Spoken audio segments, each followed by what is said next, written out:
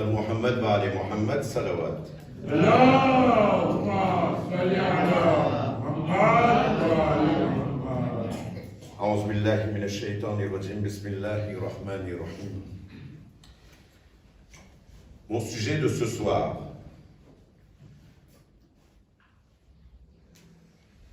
aimer Allah.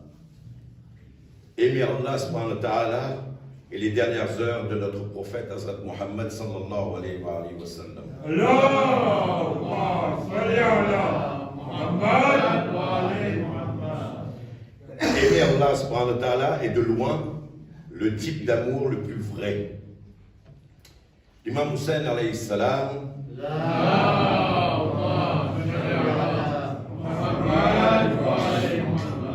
disait: Oh Allah, qu'a-t-il trouvé lui qui t'a perdu?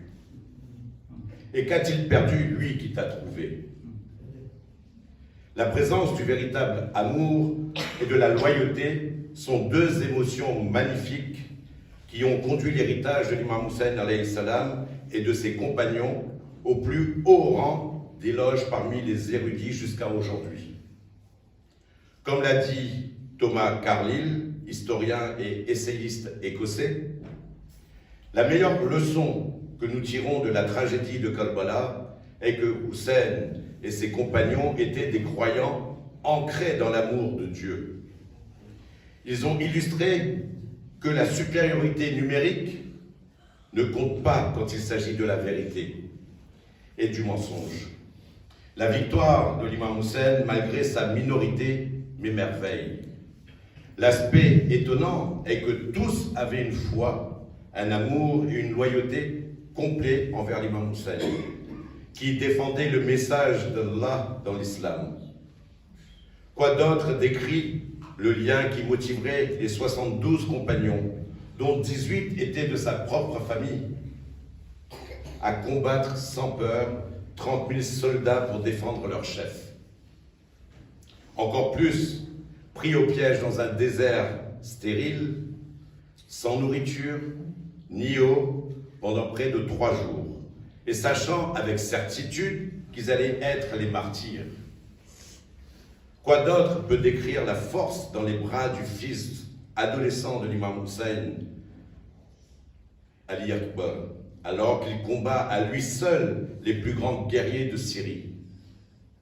Quoi d'autre décrit la résilience du groupe de compagnons qui se sont tenus comme des boucliers humains pour protéger l'imam Hussein alayhi salam de la pluie des flèches pendant qu'il priait ses prières du matin?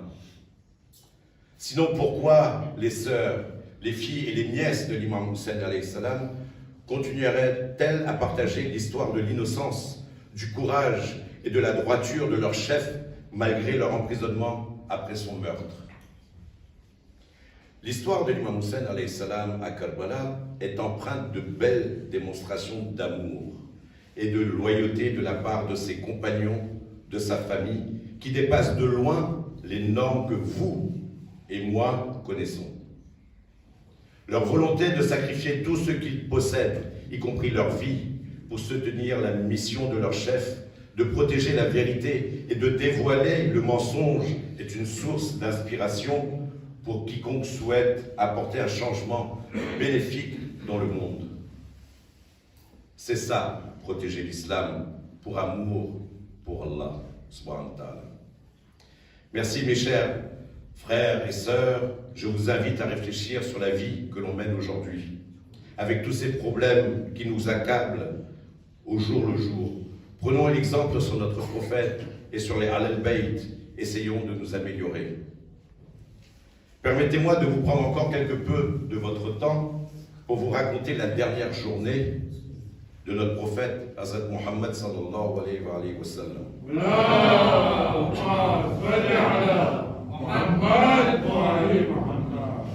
Tôt le lundi matin, le jour de sa mort, le prophète, toujours la tête bandée, sortit à la mosquée, soutenu par 2 hommes. Après les prières, il fit un court sermon d'une voix qu'on entendait au-delà des portes extérieures de la mosquée, laquelle était inhabituellement remplie, car les gens étaient anxieux de savoir quel était l'état de santé de notre prophète. Dans son sermon, le prophète dit que les esprits malfaisants étaient proches et que les plus noires parties d'une nuit noire s'approchaient. Le prophète regagna sa maison exténué, fatigué. Ses forces le lâchèrent rapidement. Il appela toutes ses femmes près de lui et leur donna les instructions nécessaires en leur ordonnant de rester tranquilles dans leur maison et de ne pas se montrer dans un état où c'est l'époque de l'ignorance. Surat Al-Ahzab, verset numéro 33. Fatima alayhi salam,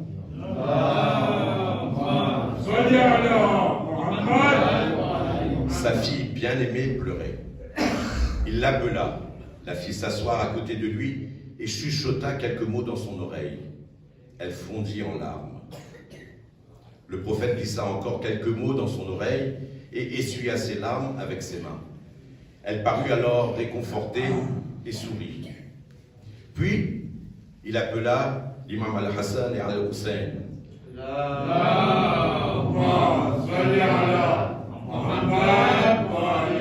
Ses deux fils, chéris qu'il n'avait cessé de caresser dans son giron depuis des années, voulant les embrasser pour la dernière fois. Al-Hassan passa son visage sur le visage du saint prophète et Al-Hussein se jeta sur sa poitrine. Chacun d'eux se mit à sangloter et à crier avec une telle amertume que toute l'assistance vit leurs larmes perler dans leurs yeux. Le prophète les étreignit et les embrassa avec beaucoup d'affection et ordonna à toutes les personnes présentes de les traiter ainsi que leur mère avec un grand amour et respect, exactement comme lui il les traitait. Ensuite, il appela l'imam Ali alayhi salam, qui prit place près du lit. Le prophète lui demanda de rester patiemment sur son droit chemin menant à l'autre monde. Lorsqu'il constaterait que les gens qui se trouvaient sur celui menant vers le monde d'ici-bas. Le prophète prit la tête de l'imam Ali sous son manteau, qui les recouvrit tous les deux, et ce, jusqu'à que l'imam Ali alayhi salam ait sorti sa tête pour annoncer la mort de notre messager, le messager d'Allah. Que la paix éternelle soit sur celui et sur les membres de sa famille qui se sont sacrifiés pour la cause de l'islam et qui nous ont dirigés sur le droit chemin. Fatima alayhi salam, se frappant le visage et se lamentant d'amertume, rejoignit les autres femmes qui gémissaient bruyamment. C'est à peine midi passé, le 28 Safar de l'an 11, calculé en commençant par le mois de Muharram, que le prophète rendit l'âme à l'âge de 63 ans. Selon une tradition, avant la mort du prophète, quelqu'un avait demandé la permission de lui rendre visite, alors qu'il se trouvait dans un état d'inconscience.